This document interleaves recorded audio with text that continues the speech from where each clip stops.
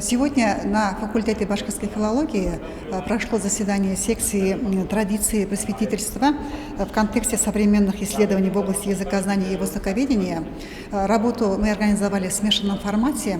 Мы рады тому, что наше приглашение приняли тюркологи с разных стран и регионов Российской Федерации. Выступления были как из-за рубежа, из Кыргызстана, Казахстана, и также из регионов нашей Российской Федерации. Выступающие были из Якутска, Алтая, Дагестана.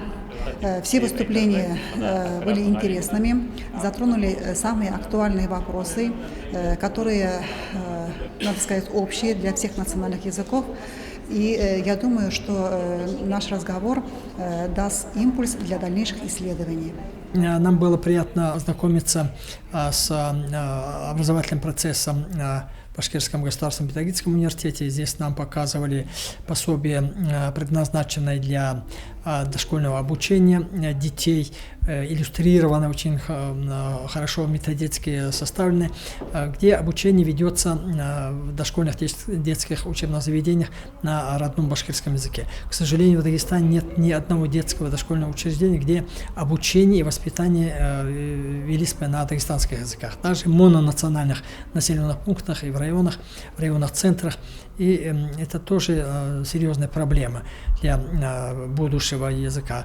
Вообще, надо сказать, что проблема сохранения и развития национальных языков в Российской Федерации, в частности в Дагестане, это серьезная тема, от решения которой зависит будущее той или иной нации, будущее того или иного народа.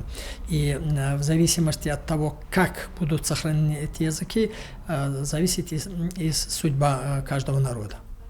Пока обмена студентами не было, я работаю в Институте гуманитарных исследований, это чисто фундаментальная наука.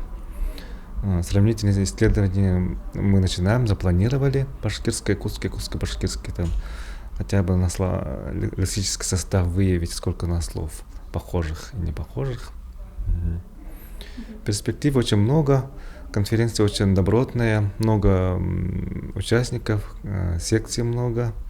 Именно, в общем, тема обширная от духовности, от религии мусульманской, от ислама до обычных, до языковых процессов, которыми мы занимаемся каждый день.